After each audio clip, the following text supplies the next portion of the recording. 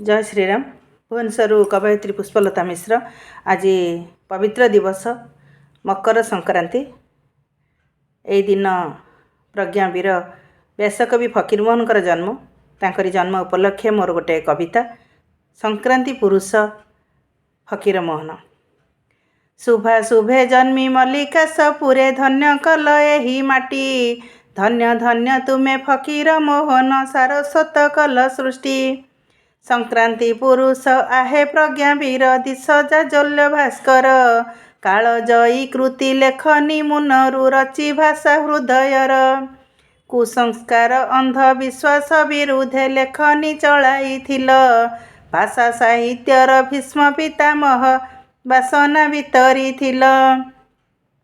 कोटि जनतार हृदय मोहन छमाण 8 गुंठर।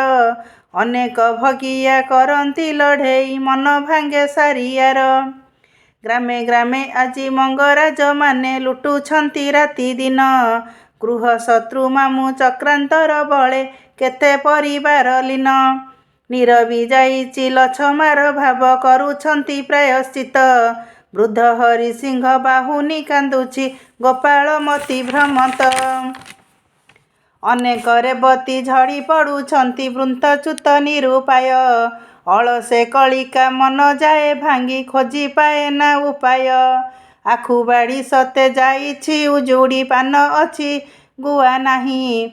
जाति नंदी घोष आगेई जाइछि तुम कृति गाई गाई। खोजुछि तुमको आवेग अधीरे कहे तुमको फकीर। कालर स्रोतरे होइछि विलय सर्वसंपदर वीर। तुम कृति आजी अभिनंदनीय स्रष्टा तुमे काल जयी। ए पुण्य माटीरु जाइछि उभेई मथा जाए मोर नई। आउ थरे आस ए धरा माटी को।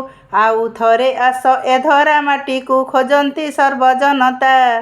धन्य कर माटी धन्य कर सृष्टि। धन्य कर माटी धन्य कर सृष्टि। डाके एही पुष्पलता। डाके एही पुष्पलता। जय श्रीराम।